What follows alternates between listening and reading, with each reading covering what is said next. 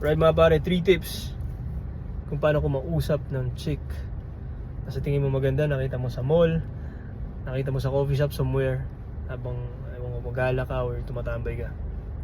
Pero siyempre hindi ka tumatambay, siguro gumagala ka o meron kang bibilhin kasi you're not the type of man na patambay-tambay lang.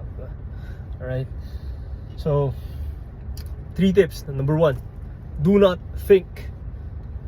Pag nakita mo siya, maganda, you think she's cool, you think she's interesting, wala ka munang isipin pare.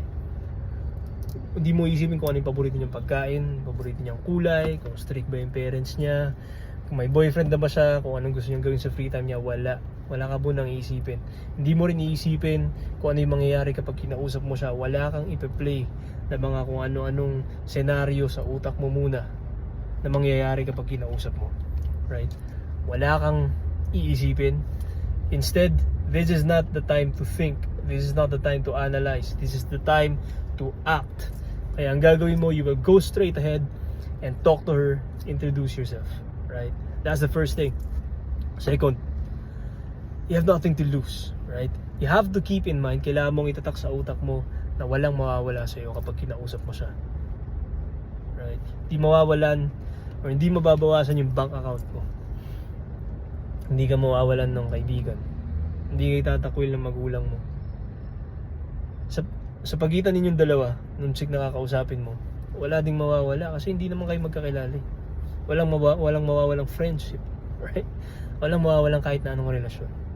In fact, this is the time that you have nothing to lose, but you have potentially everything to gain. What if that's the love of your life? What if that's that chick na nagandahan ka na, tapos kinausap mo, sobrang solid pa pala kausap, matalino, ganyan. Alright? So, you keep in mind that at this point, you have nothing to lose, but potentially everything to gain. Right? Number 3, when you finally approach the chick, you have to be fun and confident. Always. Right? You have to enjoy. Kailangan mong, alam mo yun, enjoyin yung moment na kausap mo siya. Ilang beses ba sa isang linggo makakakita ka ng chick na type mo or chick na nagandahan ka talaga, tapos makakausap mo pa? Di ba usually parang makikita mo lang sila sa malayo tapos wala ka namang chance makausap, pero ngayon meron kang chance na lapitan, meron kang chance na kausapin. So once you do that or once you get into that scenario, enjoy the moment, bro. Kasi enjoy it, have fun, tease her, banter with her, alam mo yun, makipagbiruan ka lang, right? If things go well, then maybe that's for you. Okay? So the thing is, tanggalin mo yung mga kaba. Huwag ka munang kabahan. Just be fun and enjoy the moment. So ayun pare.